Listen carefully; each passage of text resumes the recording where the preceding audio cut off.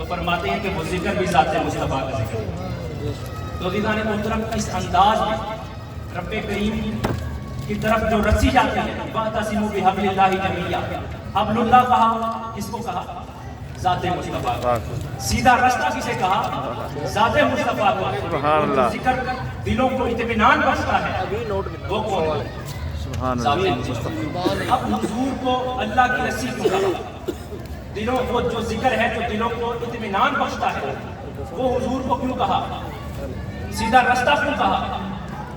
وہ اس لیے اس کی ایک بہت ہی عام سی مثال ہے، اس لیے کہ پوری روئے زمین پر جتنے آدم سے لے کر قیامت تک آنے والے جتنے بھی انسان ہوں گے، کسی انسان کو حضور سے بڑھ کر رب کی ذات میں فلاحیت حاصل ہے۔ یعنی پتہ چلا کہ حضور ہی کو رب کی ذات میں سب سے بڑھ کر فنائیت کا مقام حاصل ہے۔ سبحان اللہ۔ تو یہ ہو گیا مقام رسالت۔ عزیزان محترم، رب کریم نے قرآن کریم میں ارشاد فرمایا، اس کی ایک آیت مبارکہ ہے، اس کی تفسیر امام قسطلانی فرماتے ہیں کہ مقام رسالت کیا ہے؟ مقام رسالت کیا ہے؟ اب ہم حضور کی تعریف کرتے ہیں، حضور کی تعریف کرتے ہیں، حضور کی نعتیں پڑھتے ہیں، حضور کے گن گاتے ہیں، تو حضور کی گن کیوں گاتے ہیں؟ تو ہم حضور کے گن گا رہے ہوتے ہیں، امام قسطلانی فرماتے ہیں کہ ہم حضور کے گن گاتے ہیں، تعریف حضور کی ہو رہی ہے، لیکن در حقیقت تعریف حضور کی نہیں بلکہ رب کی ہو رہی ہے۔ سبحان اللہ۔ ہم اب نعت خوان حضرات تھے، وہ حضور کی نعتیں پڑھ رہے تھے، نعت تو وہ حضور کی ہی تھی، لیکن در حقیقت وہ نعت وہ حمد خدا تھی۔ یعنی حضور کی حمد کیسے تھی؟ اللہ کی حمد کیسے تھی؟ اب انہوں نے بیان کیا کہ سب سے اولا والا ہمارا نبی، تو پتہ چلا کہ حضور سب سے افضل ہے۔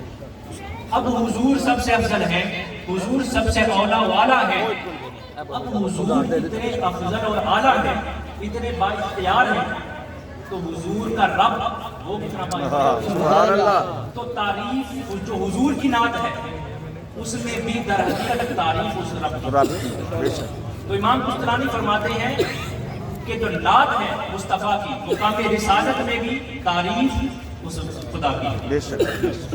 اب امام قسطلانی اس واقعی اس تفسیر کے آگے نقل کرتے ہیں ایک واقعہ، فرماتے ہیں کہ قیامت کا دن ہوگا۔ کون سا دن ہوگا؟ قیامت کا۔ قیامت کا دن ہوگا، اور اللہ رب العزت اس جگہ، کیونکہ معاشر انسان ہوں گے نا، انسانوں کا وہ پورا ایک مجمع لگا ہوگا، تو اللہ تعالیٰ مجمع میں سے کبار علماء کو، بڑے بڑے علماء کو جہنم میں ڈالنے کا فیصلہ فرمائے گا۔ اللہ۔ ابھی ان کو جہنم میں ڈالے گا نہیں، صرف فیصلہ فرمایا ہے ان کو جہنم میں ڈالنے کا۔ تو ان کو جہنم میں ڈالنے سے پہلے ان کے دلوں سے ذکر مصطفیٰ کو بلاؤ، ان کے دلوں سے ذکر مصطفیٰ کو نکال دے گا۔ اسلام محترم، اس لیے کہ جس کے دل میں ذکر مصطفیٰ بھی ہو اور وہ جہنم میں بھی چلا جائے، تو جس کے دل میں ذکر مصطفیٰ ہو وہ جہنم میں نہیں جا سکتا، اس لیے کہ جو مصطفیٰ کا ذکر ہے وہی خدا کا ذکر ہے، اس لیے جس کے دل میں خدا کا ذکر ہے وہ ہدایت پر ہے، اور ہدایت والا کبھی جہنم میں نہیں جا سکتا۔ تو فرماتے ہیں کہ جب اللہ تعالیٰ ان علماء کو، بڑے بڑے قرآن کے مفسر ہوں گے، ان کو جہنم میں ڈالنے کا جب فیصلہ فرمائے گا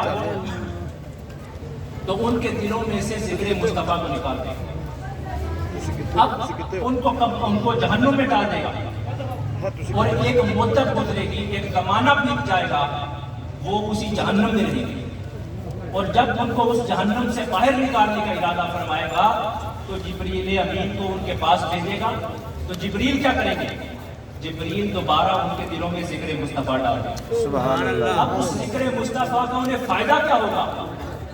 کہ ان پر آگ کو روک دیا جائے گا، ان پر آگ کو حرام کر دیا جائے گا، اور انہیں جہنم سے نکال کر جنت میں ڈال دیا جائے گا۔ یہ فائدہ ہے عزیزان محترم ذکر مصطفیٰ کا۔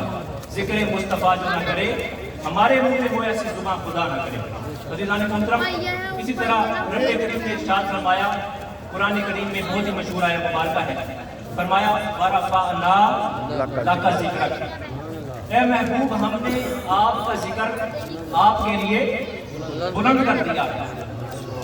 اب امام کشتلانی مواہب دنیا میں اس آیت کی تفسیر میں ایک طویل واقعہ ارشاد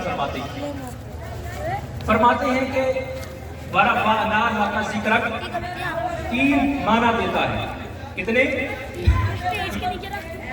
3 معانی پر دلالت کرتا ہے۔ پہلا معنی کیا ہے؟ فرمایا رب کائنات ارشاد فرماتا ہے کہ اے بندو، اے ایمان والو، تم جتنی مرضی نمازیں پڑھ لو، جتنی مرضی عبادات کر لو، ساری زندگی عبادات میں گزار دو، لیکن جب تک تم میرے ذکر کے ساتھ مصطفیٰ کا ذکر نہ کرو گے تمہاری کوئی عبادت مقبول نہیں ہوگی۔ سبحان اللہ۔ اب یہ رب کائنات فرما رہا ہے کہ اس کا ذکر کرتے رہو، اذانیں دیتے رہو اور نمازیں پڑھتے رہو۔ ان نمازوں کا تب تک کوئی فائدہ ہی نہیں ہوگا جب تک ساتھ میں ذکر مصطفیٰ نہیں ہوگا۔ یہ ایک معنی میں نے فرمایا کہ جب ذکر مصطفیٰ خدا کے ذکر کے ساتھ مربوط ہو جائے گا تبھی ذکر کامل ہوگا۔ دوسرا معنی جبریل امین بیان فرماتے ہیں۔ جبریل امین نے فرمایا حضور کی بارگاہ میں حاضر ہو، یا رسول اللہ، اللہ تعالیٰ فرماتا ہے حدیث قدسی ہے کہ اللہ تعالیٰ حکم دیتا ہے کہ اے میرے بندو، میرے محبوب کا ذکر میرے ساتھ کیا کرو، میرے ذکر کے ساتھ میرے محبوب کا ذکر متصل کیا کرو، کیونکہ اگر اس کا ذکر جدا اور میرا ذکر جدا تو ذکر مقبول نہیں ہوگا۔ اور تیسری تفسیر امام جعفر صادق فرماتے ہیں یہ سب سے بڑی تفسیر ہے۔